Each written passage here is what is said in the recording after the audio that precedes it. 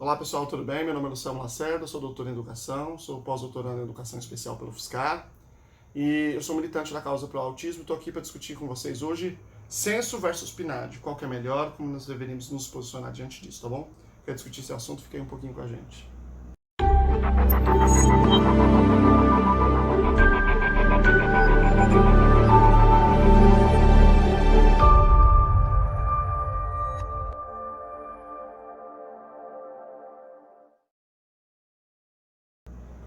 Pois bem, pessoal, vou contar um pouco do histórico, tá? Os movimentos pro-autistas, que existem há décadas, eles vêm lutando há muitos anos para a gente ter um número de pessoas com autismo no Brasil. Desde 2012, o autismo já é considerado deficiência, portanto já devia estar no censo, mas, enfim, por incompetência, isso não está no IBGE. Então, o caminho que os movimentos pro-autistas trilharam foi de fazer isso via de projeto de lei.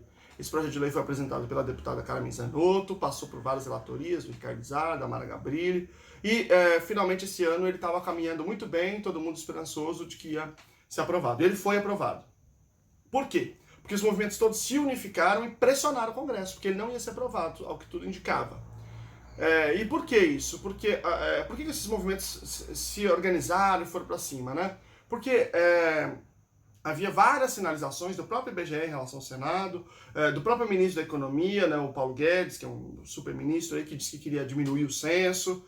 Então, por conta de tudo isso, os movimentos se organizaram, foram lá, pressionaram, levaram gente, fizeram reuniões, foram para cima e conseguiram aprovação. Aí falam, pô, legal, conseguimos. Por quê? Aprovado nas duas casas, Câmara e Senado, vai para o presidente sanciona, acabou. Só que aí que tá, é neste ponto que nós estamos tendo problema, porque e a intenção do governo de vetar. Isso é óbvio, né?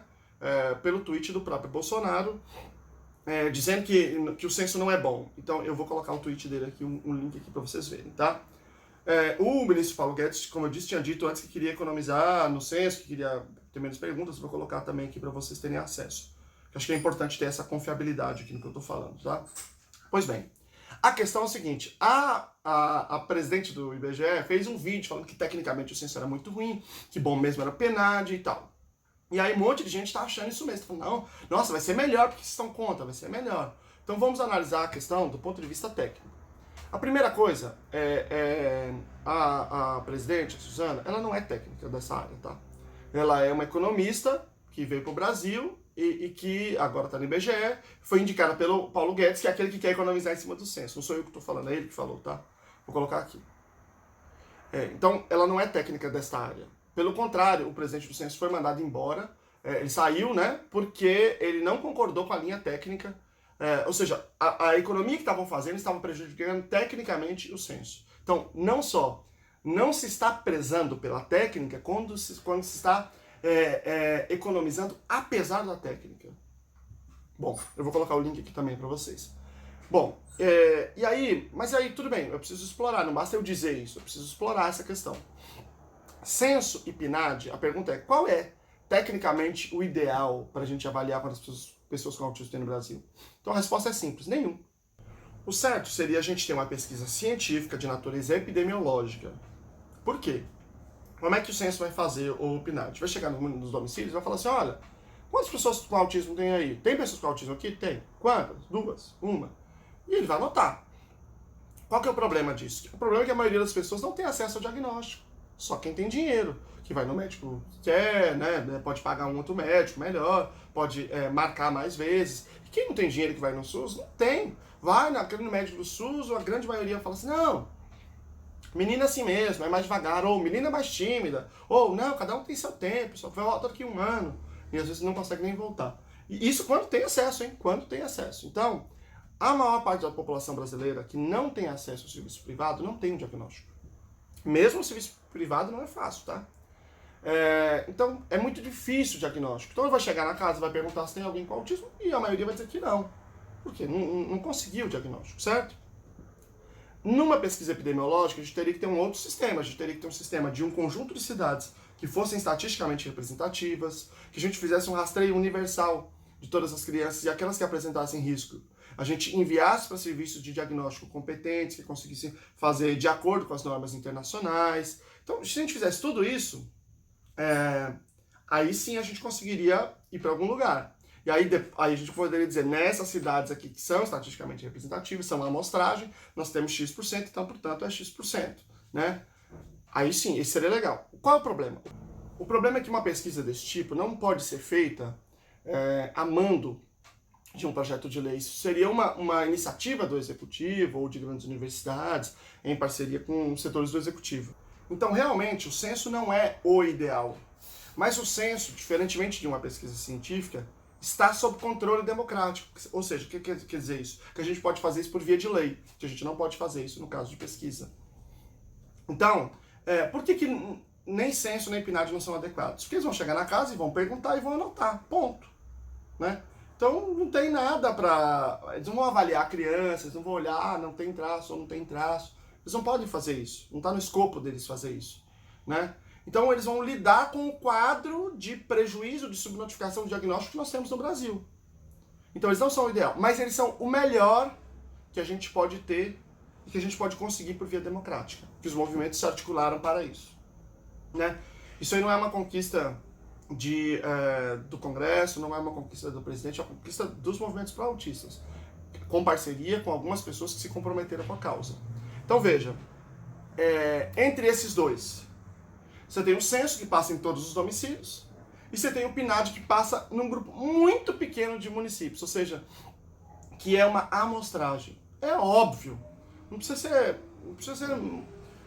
discutir nem muito, é óbvio que o censo é muito superior, não tem nem comparação.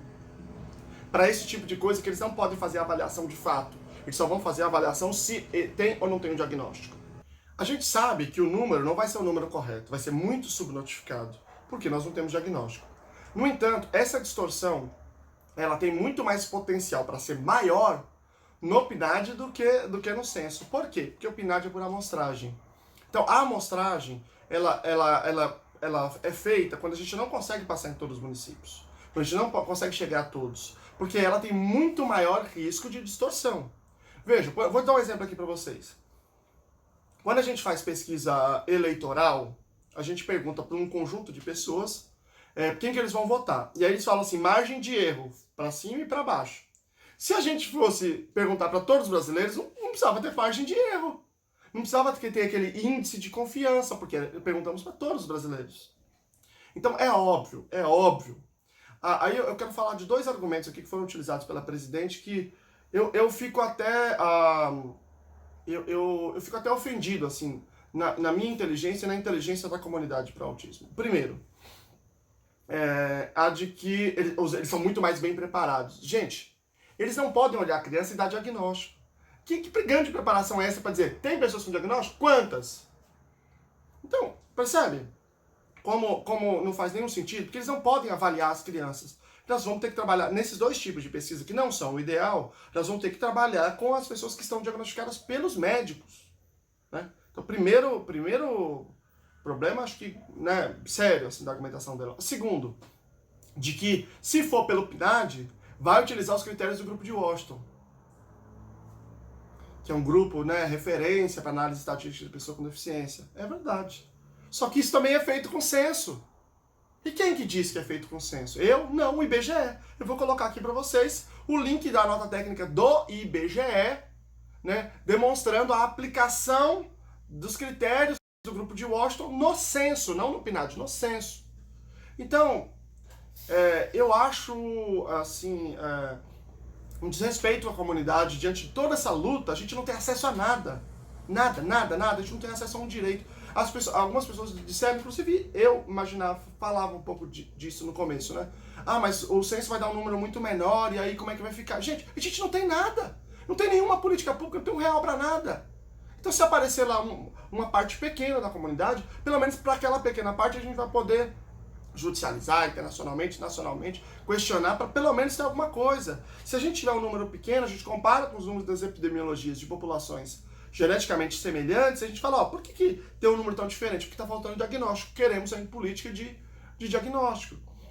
Então, de toda forma, a gente vai questionar as políticas públicas com esse número.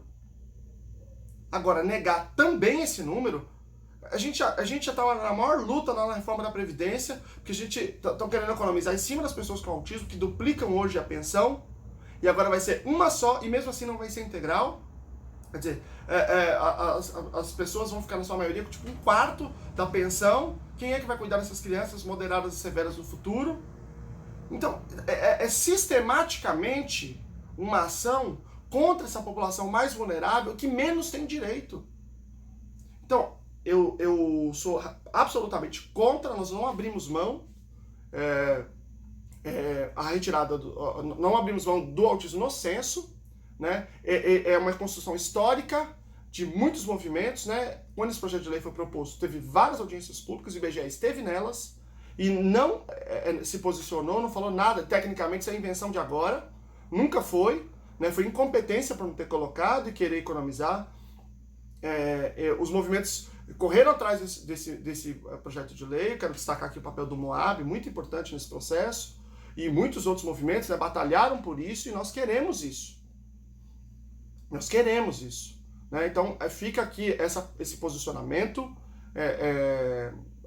A gente sabe que o governo faz os discursos conforme lhe convém. Né? Eu não sou nem a favor nem contra nenhum governo, acho que não é essa a questão. Nós temos que tirar qualquer influência da política partidária dessa discussão. A questão é o seguinte, nós precisamos de direito para as pessoas com autismo. Eu sou militante do movimento, né, da campanha Capricha na Inclusão, que luta por práticas baseadas em evidências na inclusão escolar e no serviço público, e não tem nada. Vou te dar um exemplo. Câncer, por exemplo. Quais são as práticas com evidência para câncer? Cirurgia, radioterapia, quimioterapia, por exemplo. Qual das 3 é oferecida pelo governo brasileiro? As 3. Todos os lugares. As práticas baseadas em evidências para autismo, tem 14.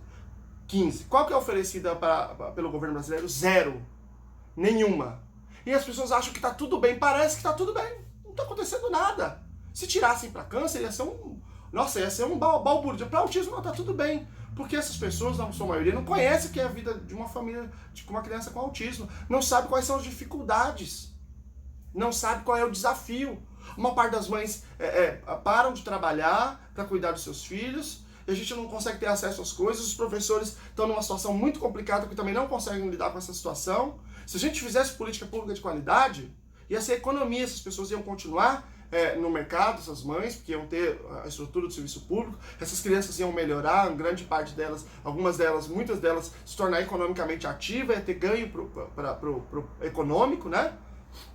Para a nação, os professores também, ia ter menos problemas com todo o processo de educação, com o mediador, com tudo isso. Quer dizer, é uma falta de visão de longo prazo que é uma coisa impressionante. Eu, particularmente, fico muito impressionado com isso, né? E aí a gente vê isso de todos os lados, né? De todos os lados. Bom, dito isso, pessoal, minha posição é essa.